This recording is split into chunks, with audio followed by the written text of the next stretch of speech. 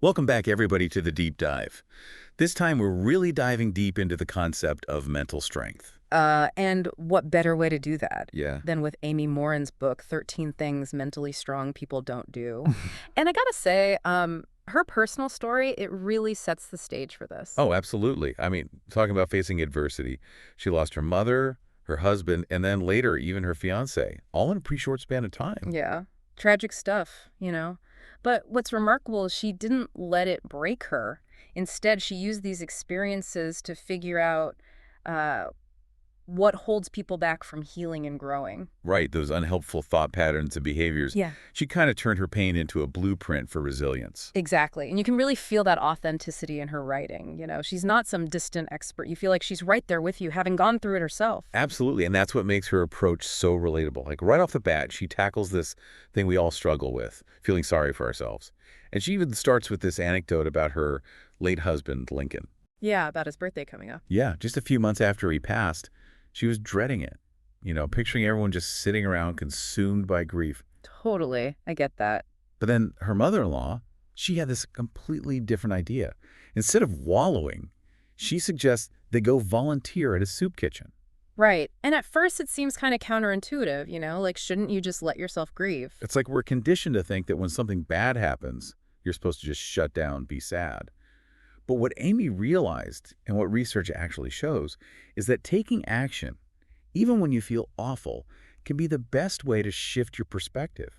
It's like when we focus on what we lack or what's wrong, it just amplifies the negativity. But when we do something, especially something to help others, our focus changes. We start to see things differently and maybe even appreciate what we do have. So it's about choosing gratitude over, like, dwelling on the loss. Yeah. And there's actual science to back this up. Studies show that gratitude can seriously boost both our mental and physical health. There's this study from 2003 in the Journal of Personality and Social Psychology that found that people who practiced gratitude regularly, they had less stress, more energy, even fewer physical problems compared to those who didn't. That's amazing. So it's not just some feel-good thing. It actually changes stuff in our bodies. It's wild how choosing to be grateful can have such a powerful effect. It is, and Amy gives this really powerful example with Marla Runyon, the Olympic runner. Oh, right. Marla Runyon, she's legally blind, but she competed in both the Paralympics and the regular Olympics, right? Like long distance and short distance races. Yep. And she talks about how being blind actually pushed her to achieve more than she thought possible. She didn't let it define her limitations. So inspiring. Taking what many would see as a disadvantage and turning it into fuel. Totally. And that's the core of this first point, right? Mentally strong people, they don't waste energy on feeling sorry for themselves. They acknowledge the challenges, but they focus on what they can control, and they use that to grow. So what would you say to our listeners who might be stuck in that self-pity cycle? What's a good starting point? I'd say take a page from Amy, her mother-in-law, and Marla. Next time you're feeling down, don't just sit there. Ask yourself, what's one tiny action I can take right now? And what's one thing, no matter how small, I can be grateful for right now? You'd be surprised by the difference those little shifts can make. I love that. Small steps, big impact. And speaking of things we can control, the next thing Amy talks about is how mentally strong people don't give away their power. And that's where boundaries come in, right? Recognizing we have the right to protect our time, our energy, and how we feel. Right, because she uses the example of Lauren, who is dealing with a super overbearing mother-in-law. Oh, yeah, Lauren's story. I think a lot of people can relate to that, right? Like those well-meaning but kind of intrusive people who maybe unintentionally try to control things. Yeah, trying to be nice and avoid conflict, but ending up letting someone else dictate their life. And that's the danger of weak boundaries. You end up being a victim of circumstances, always reacting to what others are doing. You become sensitive to every little criticism, and you lose sight of your own goals. You're so busy trying to please everyone else. Exactly. And what many don't realize is weak boundaries, they mess up not just your relationships with others, but also your relationship with yourself. You start doubting yourself, your judgment, your capabilities. Right, it's not just saying no to others, it's saying yes to yourself and what you value. Amy offers solutions, though, and one of the most powerful examples she uses is the story of Stephen McDonald. Oh, wow. Stephen's story, it's really something else. He was a New York City police officer who was shot on duty and ended up paralyzed. And the teenager who shot him only got a light sentence, what, 3 to 10 years? Yeah, something like that. It's hard to imagine the anger and resentment he must have felt, but instead, Stephen chose forgiveness. Which is incredible. It's like he took back his power in a way. Right. He chose not to let this one event define him, not to let the person who hurt him have that power over him. Instead, he focused on things that mattered more: his family, advocating for peace and nonviolence. It's an amazing example of how we always have a choice in how we respond, even to something so awful. And that's what it means to reclaim your power, to choose how you react and move forward. It's not about controlling others, but about mastering yourself. Mm, It's incredible, okay. finding that kind of forgiveness. And it actually ties into the next thing Amy talks about. Mentally strong people, they don't shy away from change. Hmm. And I got to admit, that one's always been a bit tough for me. Change can be so uncomfortable. Oh, totally. It's natural to resist it. Our brain's like, what's familiar, what's comfortable. But Amy points out that we often think the discomfort's going to be way worse than it actually is. We build it up in our minds like this huge obstacle. Right. Like when you're a kid and you're afraid to jump in a cold pool. You're standing there shivering, imagining how freezing it'll be. And then you jump in, and it's not that bad. Exactly. And I think it's the same with a lot of changes in life. We hesitate, we put things off, make excuses, all because we're scared of that initial discomfort. It's funny, though, because often trying to avoid change just makes things worse in the long run. For sure, problems just get bigger, we miss out on opportunities, and that discomfort we were trying to avoid, it comes back even stronger. Like ignoring a small leak in a pipe thinking you're saving yourself the trouble. And then, bam, you've got a flood. Exactly. Speaking of turning things around, Amy tells this really inspiring story about a woman named Mary Deming. She actually turned her grief into something amazing. Oh yeah, Mary's story. It's all about turning pain into purpose. She lost her mom to breast cancer, and for a while she just kept herself busy, like she was running from the grief. Almost like she was trying to outrun it, but you can only do that for so long. And then, on what would have been her mom's 70th birthday, Mary decided to get a mammogram, something she'd been putting off. Just a small step, but it ended up being this huge turning point for her. It's like it forced her to face what she'd been avoiding head on. It did. The mammogram showed some calcium deposits, which can be a sign of early-stage cancer. Thankfully, it turned out to be benign, but it was a wake-up call. So what'd she do? Well, she could have retreated back into that avoidance, right? But instead, she organized a fundraiser for breast cancer research and invited all the women in her town to get mammograms. And I read that it was a huge success. Huge! She raised over $4,000, and that was just the beginning. It sparked something much bigger, leading her to found Seymour Pink. Which is a nonprofit that's dedicated to fighting breast cancer in her town. One small step, taken despite fear, created this ripple effect. That's the thing about change. It doesn't have to be this massive, overwhelming thing. Sometimes the most powerful changes, they start with a single tiny decision. Just being willing to step outside your comfort zone, little by little. Exactly. And that brings us to another point Amy makes. Mentally strong people, they don't dwell on the past. Oh man, that one hit home for me. After losing my husband, it was so hard not to get stuck in the past. It's normal to think about the past, especially after a loss. But there's a difference between reflecting on it and letting it consume you. It's true. Like, you can't drive forward if you're always looking in the rearview mirror. It's the same with our emotions. Amy talks about this woman, Gloria, whose adult daughter kept moving back home after relationships didn't work out. I can only imagine how tough that would be. Gloria was constantly worried, replaying her daughter's past mistakes, scared she'd never learn. She was so focused on what already happened, she couldn't be present in the now. It's like carrying around a backpack full of regrets and what-ifs. So heavy you can't move freely. For me, it was tempting to keep replaying those happy memories, but in a way that was keeping me stuck too. It's like trying to hold on to something that's already gone. The reality is, all we have is this moment. So what's the advice? If you're stuck dwelling on the past, how do you shift your focus? Amy suggests a few things. First, just acknowledge and accept what happened. We can't change it, but we can choose how we relate to it. Second, focus on what you learned. What lessons did you take away? How did those experiences shake you? So it's not pretending the past doesn't happen, it's about integrating it in a healthy way. Right. And third, forgive yourself and others. Holding on to anger and resentment just keeps you chained to the past. Forgiveness is powerful, but man, it can be so hard. It is. And remember, forgiving doesn't mean saying what happened was okay. It's about choosing to let go of those negative emotions so you can move on. It's like taking back your mental and emotional space.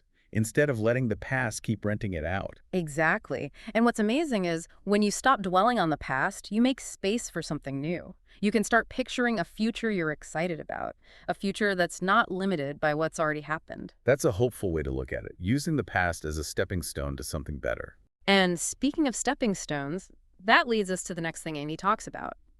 Mentally strong people, they don't make the same mistakes over and over. They learn, they adapt, they move on. It's like that saying, insanity is doing the same thing over and over and expecting different results. Right. We've all been there, stuck in a negative pattern, wondering why things aren't changing. Amy gives this example of Christy, a mom who is always yelling at our kids. Oh, I think every parent can relate to that. Those moments when you just lose it. She knew yelling wasn't effective, but she kept doing it when she felt overwhelmed and stressed. So it's about figuring out those triggers, right? What's causing the negative pattern. Exactly. For Christy, it was feeling overwhelmed by her kids and a lack of support from her partner. Once she understood that, she could start finding healthier ways to cope. So it's about taking responsibility, but also being kind to yourself. We all make mistakes. We do, and Amy talks about the importance of calculated risks, too. Not all risks are the same. Some are reckless, some are carefully thought out. So it's not about avoiding risk completely. It's about being smart about it. Yes. And she uses this great example, Roland Macy, the guy who founded Macy's. Macy's, the department store. The one and only. But before all that, he had a bunch of businesses that totally flopped. Really? Oh, yeah. Bad planning, impulsive decisions, didn't understand the market. But the important thing is, he didn't give up. He learned from each failure, and he tried again. He adapted instead of throwing in the towel. Exactly. And get this, his first attempt at a Thanksgiving Day parade was a total disaster. He held it in the summer. A Thanksgiving parade in the summer. I know, right? Nobody showed up. But instead of scrapping the whole idea, he tried again, this time in the fall. And that's how the Macy's Thanksgiving Day Parade was born. Talk about turning a flop into a success. It's amazing. Sometimes what seems like a setback is actually an opportunity. And she also mentions Milton Hershey, the chocolate guy. Oh, Milton Hershey. Talk about a roller coaster ride of failures and comebacks. He had so many businesses go bankrupt before he finally hit it big with chocolate. He was meant for chocolate. It just took a while to get there. Right, and that's what we often forget about successful people. We see the success, not the years of struggle behind it. It's a good reminder that setbacks are normal, and it's how we handle them that matters. Maybe the question isn't how do I avoid failing, but what can I learn from this to help me grow? Love that. So what's next? Well, Amy then talks about how mentally strong people, they don't resent other people's success. It's tough, right? Especially nowadays when it seems like everyone's showing off their perfect lives. Oh, social media has definitely made that worse. It's so easy to compare yourself and feel inadequate. Totally. We see these highlight reels and forget everyone goes through struggles. Right. We only see the good stuff. Amy uses this example of James, a divorced dad who was really resentful of his ex-wife. What was going on there? Well, his ex had moved on, was doing well financially, and seemed to be living this carefree, luxurious life. Meanwhile, James felt stuck, overshadowed. Like he was falling behind while everyone else was racing ahead. It's easy to compare and feel bad about yourself. Exactly. And Amy points out that resentment, it often comes from this fear of being less than. Like someone else's success diminishes our own worth. So it's not really about them, it's about our own insecurities. Yeah. And she suggests a really powerful antidote. Focus on internal fulfillment, not external validation. Instead of measuring our worth by how we compare to others, we define success on our own terms. Exactly. It's about aligning your goals with your values, not what society tells you to do. And she brings up Herb Brooks, the hockey coach who led the U.S. team to that incredible victory over the Soviets in the 1980 Olympics. The miracle on ice. Oh, wow, yeah. And wasn't Herb Brooks actually cut from the U.S. Olympic team a few years before that? He was. Can you imagine how tempting it would be to feel resentful? Like, Wow. that should be me out there. But instead of dwelling on that missed opportunity, he focused on his players' success. He was a demanding coach, but he really cared about their development. And he always let his players have the spotlight after a win. He'd just quietly leave the ice. That's true humility, recognizing that their success was his success too. And he famously told his players, write your own book instead of reading someone else's book about success. Powerful words. We each have our own path. Comparing ourselves to others only distracts us from that. Instead of feeling threatened by other people's achievements, we can be inspired by them. See them as proof that anything's possible. I love how Amy ties this back to gratitude. Instead of resenting what others have, be grateful for their achievements. See it as motivation. Yeah, a total shift in perspective. It frees you from that comparison trap. Speaking of possibilities, Amy also talks about how mentally strong people don't give up after one failure. It's about resilience, that ability to bounce back and keep going. She tells this story about Dale, who dreamed of opening his own furniture business. He was super skilled, passionate about woodworking, but he was also afraid of taking risks. Which is understandable. Starting a business is a huge leap. And when his family and friends discouraged him, he let their doubts get to him and gave up. It's so easy to let other people's fears influence us. Like their negativity becomes our own. Right. And Dale ended up feeling depressed, like he'd betrayed his own dreams. But thankfully, that's not the end of his story. No, it's not. Through therapy, he reconnected with that passion and realized it was his fear of failure that was holding him back. Like that spark was still there, it just needed to be rekindled. Exactly. And once he recognized the fear, he could deal with it. He looked for ways to reduce the risks, to make success more likely. He even thought about taking business classes, joining networking groups, finding a mentor. So he was taking those calculated risks we talked about earlier. Exactly. And eventually he took the leap.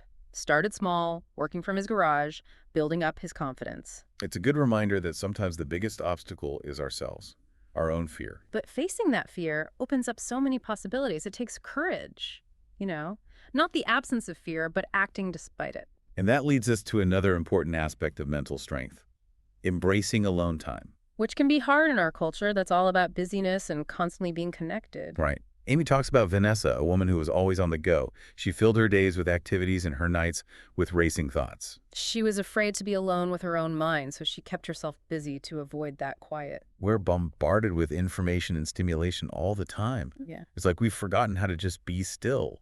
And people confuse being alone with being lonely. But Amy stresses there's a difference. Solitude is about choosing to be alone with your thoughts, while loneliness is about feeling isolated, even when you're with people. So it's about intentionally creating space for yourself to recharge and reflect. Exactly. And solitude can be really restorative, It lets you process emotions, get clarity, be more creative. Like hitting the pause button on all the external noise and giving your mind a chance to catch up. And one great way to embrace solitude is through meditation. I know some people think of meditation as this super serious, intimidating thing. But it doesn't have to be. Even a few minutes of quiet reflection can make a big difference. There's a lot of research showing how beneficial meditation is. Reducing stress, improving focus, even helping us manage our emotions better. It's not just for monks anymore. It's becoming mainstream. Doctors, CEOs, athletes, everyone's doing it. And Amy talks about mindfulness too. Yeah. That's about paying attention to the present moment without judgment. Instead of getting lost in thoughts about the past or worries about the future, savor the now. Notice what you see, hear, smell, taste, touch. Appreciate the richness of the experience. Like slowing down, really being present in the moment. And you can practice mindfulness anywhere, anytime. Pay attention to your breath. Notice the sensations as you breathe in and out. Or bring your full awareness to everyday things like eating or walking. Just being present instead of rushing through life on autopilot. These practices, solitude, meditation, mindfulness, they're not about escaping life. They're about making it richer. And that connection can lead to greater peace, joy, and resilience. Speaking of resilience, we've got one last principle from Amy. Mentally strong people, they don't feel the world owes them anything. It's so easy to fall into that trap of thinking, I deserve this or the world owes me that, especially when things aren't going our way. Absolutely. Amy talks about this guy, Lucas, who had a huge sense of entitlement, mostly because of his expertise in his field. He was always giving unsolicited advice, taking credit for others' work, expecting praise even when it wasn't deserved. Sounds like he was setting himself up for disappointment, always looking outward for validation instead of finding satisfaction in his work. And that's the thing about entitlement. It often hides insecurity. We try to make up for feeling inadequate by demanding special treatment. So instead of focusing on doing our best, we get fixated on what we think we deserve. And it creates this bad cycle. The more entitled we feel, the less likely we are to take responsibility for our actions. We blame others when things go wrong. It's like that quote, entitlement is a mask for insecurity. It really is. Amy contrasts Lucas with this incredible woman, Sarah Robinson. Sarah was battling a brain tumor, but instead of feeling sorry for herself or expecting special treatment, she spent her time helping other cancer patients. Wow. To face that kind of challenge and still focus on others, that's amazing. Sarah understood that true fulfillment comes from giving, not taking. She didn't dwell on her own suffering or expect the world to cater to her. She chose how to respond, how to show up for herself and others, even in the midst of hardship. Exactly. And her message really hits home. She said, when people are dying, no one ever wishes they had spent another day at the office. Instead, they wish they had spent more time helping others. That's powerful. Life is short, and our time is precious. We have a choice, you know? Do we cling to what we think we deserve, or do we use our time to make a positive impact? So instead of focusing on what the world owes us, we shift to what we can offer. Humility, gratitude, contributing to something bigger than ourselves. And that ties into Amy's last point, that mentally strong people, they don't expect immediate results. Patience, perseverance, enjoying the journey, not just the destination. We live in a world of instant gratification. We want everything now. And that makes it hard to stick with something when it takes time and effort. It makes us feel like we're failing if we don't see results right away. Amy tells the story of Marcy, who started therapy, hoping for a quick fix for her unhappiness. She wanted to feel better instantly and got frustrated when things moved slowly. That's a common misunderstanding about therapy and about personal growth in general. Real change takes time, effort, consistency. It's like expecting to run a marathon after jogging for a couple weeks. Exactly. Amy talks about how that "I want it now" mentality can be especially harmful with things like weight loss, financial success, even happiness. We're surrounded by messages promising quick fixes and shortcuts. Lose 10 pounds in a week, get rich quick, all that stuff. And those shortcuts almost never lead to lasting change. It's like building a house on sand. It might look good for a little while, but it won't last. Right. So if you're feeling impatient, remember that real change takes time. And celebrate those small victories along the way. Exactly. Focus on the progress you're making, not just the end goal.